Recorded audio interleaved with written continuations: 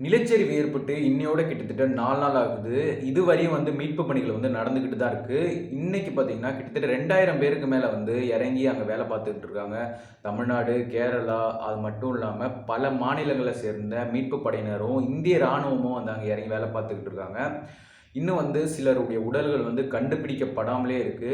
நாள் ஆக ஆக பார்த்தீங்கன்னா, பலி எண்ணிக்கையும் அதிகரிச்சுட்டே இருக்கு. இதுவரையும் பலி எண்ணிக்கை கிட்டத்தட்ட 340 தாண்டி இருக்கு. இன்னும் கண்டுபிடிக்கப்படாத உடல்கள் நெறைய இருக்கும் அப்படின்னு சொல்றாங்க. மோப்ப நாய் உதவிகளோட அங்க மீட்பு பணிகள ரொம்ப தீவிரமா பண்ணிக்கிட்டு இருக்காங்க. என்னதான் நடக்குது அப்படிங்கிறத டீட்டெயில்டா பார்ப்போம். வணக்கம் and welcome back our channel. நான் உங்க கவியரசன். 3 நாளா பார்த்தீங்கன்னா, எல்லா நியூஸ் சேனலோட ஹெட்லைன்ஸுமே இந்த நிலச்சரிவு தான். வயநாட்டில ஏற்பட்ட இந்த நிலச்சரிவால இதுவரையும் பார்த்தீங்கன்னா, கிட்டத்தட்ட 350 பேருக்கு மேல இறந்து போயிருக்காங்க. இன்னும் கண்டுபிடிக்கப்படாத எக்கச்சக்கமான உடல்கள் இருக்கு. அது மட்டும் இல்லாம 250 பேருக்கு மேல காணாம போயிருக்காங்க. அவங்க இருக்காங்களா? இல்லையா? அப்படிங்கிற ஒரு டீட்டெயிலுமே இல்ல. மீட்பு பணியில மீட்பு படையினர் தொடர்ந்து செஞ்சுக்கிட்டே இருக்காங்க.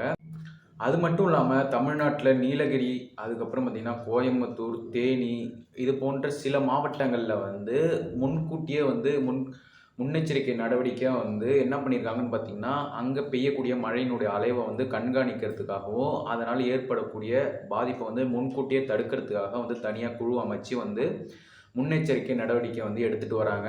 அந்த மலை பிரதேசங்களா இருக்கிற மாவட்டங்களுக்கு மட்டும். கேரளாவுல இருக்கிற வயநாட்டில ஜூலை 30 அன்னைக்கு, அதாவது 3 நாளைக்கு முன்னாடி பார்த்தீங்கன்னா, பயங்கரமான நிலச்சரிவு ஏற்பட்டிருந்தது. இது நிலச்சரிவு மட்டும் இல்லாம ஒரு காற்றாற்று வெள்ளமா, நிலச்சரிவுனா மலையோட ஒரு பகுதி சரிஞ்சு வர்றது தான் நிலச்சரிவு, ஓகேவா? பிடிமானம் இல்லாம, இல்லன்னா மழைனால ஊறி போய் அது ஒரு பகுதி சரிஞ்சு வர்றது தான் நிலச்சரிவு. இது என்ன பண்ணியிருக்குன்னு பார்த்தீங்கன்னா, 2 பக்கமும் மலையா இருந்திருக்கு. 2 சைட்லயும் பெஞ்ச மழைனால அந்த இடம் எப்போதுமே அது ஒரு சின்ன ஓடை தான், ஓகேவா? மொத்த தண்ணியுமே பார்த்தீங்கன்னா, அந்த ஓடை வழியா தான் வெளியில போணும். அதுக்கு பக்கத்திலேயே மக்கள் வசிச்சுக்கிட்டு இருந்திருக்காங்க. பல கிராமத்த சேர்ந்த மக்கள். அந்த வெள்ளம் வந்ததுனால, அங்க இருக்கிற 2 கிராமங்கள் மொத்தமா காணாம போயிடுச்சு அப்படின்னு சொல்றாங்க. 500க்கும் மேற்பட்ட குடும்பங்கள் வீடுகள இழந்திருக்காங்க. இன்னும் மீட்பு பணிகள் நடந்துகிட்டு தான் இருக்கு, ஓகேவா? கிட்டத்தட்ட 4 நாட்களா தொடர்ந்து நடந்துட்டு இருக்கு. பாலம் அந்த பாலம் ஒண்ணு அடிச்சுட்டு போயிடுச்சு. அந்த பாலத்தையும் ராணுவ வீரர்கள் கிட்டத்தட்ட 36 மணி நேரத்திலே செயற்கையா ஒரு பாலத்த சடனா உருவாக்கி, அங்காண்ட போய் மீட்பு பணிகள தொடர்றதா இருக்கட்டும், ஹெலிகாப்டர் மூலியமா மீட்பு பணிகள தொடர்றதா இருக்கட்டும். இன்னும் எத்தனை உயிர்கள் போயிருக்கு அப்படின்னு கன்ஃபார்மா சொல்ல முடியல. ஏன்னா 250 பேருக்கு மேல பார்த்தீங்கன்னா, காணாம போயிருக்காங்க.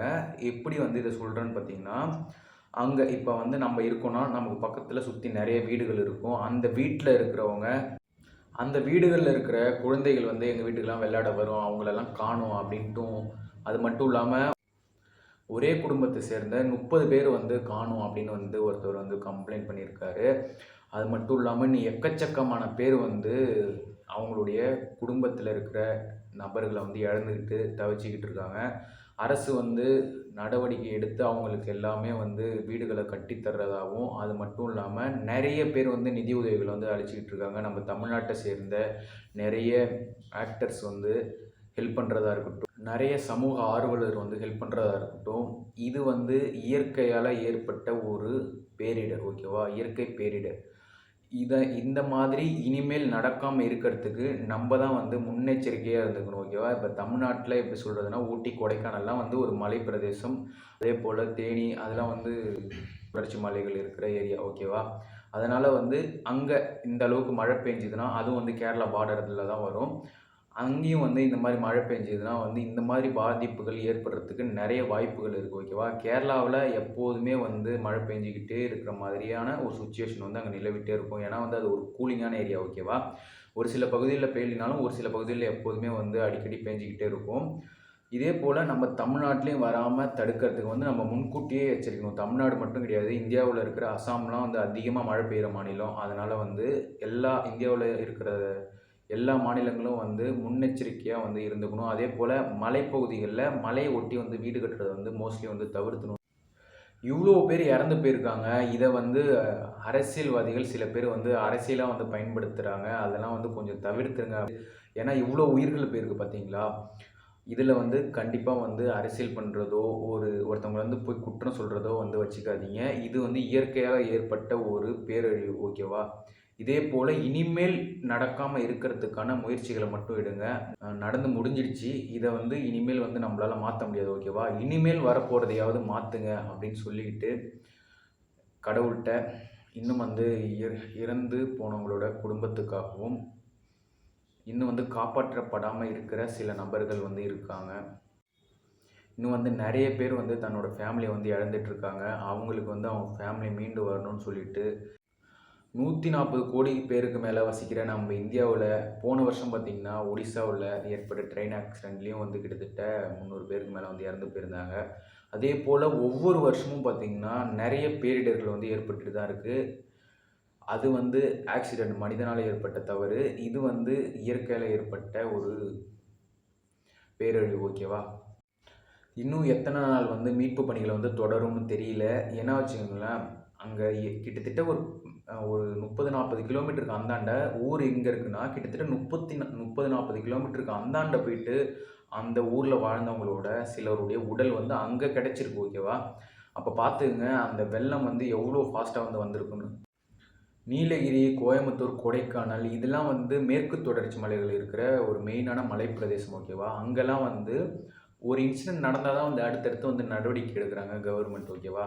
அதனால் வந்து அங்கே முன்கூட்டியேவும் முன்னெச்சரிக்கை நடவடிக்கை என்ன பண்ணுறாங்கன்னு பார்த்திங்கன்னா, மழை பெய்கிறப்ப அதோடைய அளவு வந்து எப்படி இருக்குன்னு பார்த்துட்டு அங்கே இருக்கிறவங்கள வந்து முன்கூட்டியே வந்து எச்சரிக்கிற மாதிரி இப்போ வந்து ஒரு குழு அமைச்சிருக்காங்க.